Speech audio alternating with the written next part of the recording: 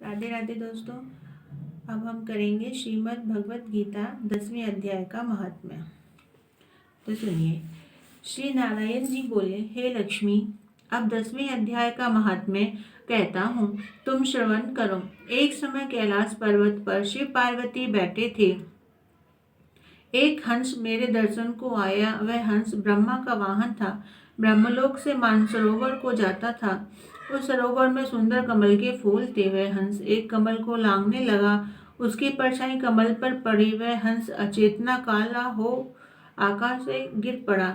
तब उसी समय उस मार्ग में मेरा एक गण आया। हंस को गिरा देखकर गण ने कहा, हे स्वामी, वह हंस आपके दर्शन को आया था, श्याम वर्ण होकर गिर पड़ा है। गण मेरी आज्ञा से हंस को ले आया। मैंने पूछा, हे हंस, तू श्याम वर्ण क्यों हुआ?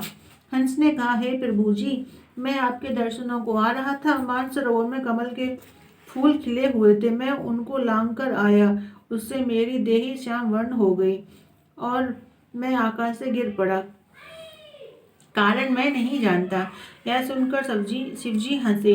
तब आकाशवाणी हुई कि हे शंभू जी, कमलिनी से पूछो, वह कहेगी। कमलिनी ने कहा, पिछले जन्म में मैं अप्सरा थी, नाम पद्मावती था। उस समय श्री गंगा जी के किनारे एक पंडित स्नान करके गीता जी के 10वें अध्याय का पाठ किया करता था।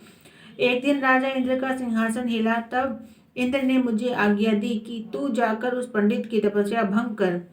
आज्ञा पाकर मैं उस विप्र के पास गई। उस विप्र ने मुझे श्राप देकर कहा, हे पापिन, तू कमलिनी हो जा।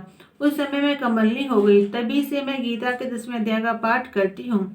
उसी से मेरा तेज है कि मुझको लांघने वाला काला होकर अचित हो जाता है। तब हंस ने कहा, मेरा यह श्याम वर्ण कैसे श्वेत वर्ण हो और तूने इस कमल देह से छूटकर कैसे देवदेही पाई? तब कमलिनी ने कहा, जब कोई श्री गीता जी के 10वें अध्याय का पाठ सुनाएगा तब उद्धार होगा।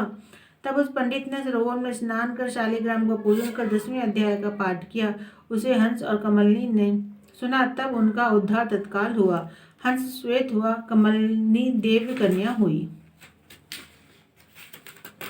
और इसी के साथ 10वें अध्याय का महात्म्य समाप्त होता है। राधे राधे।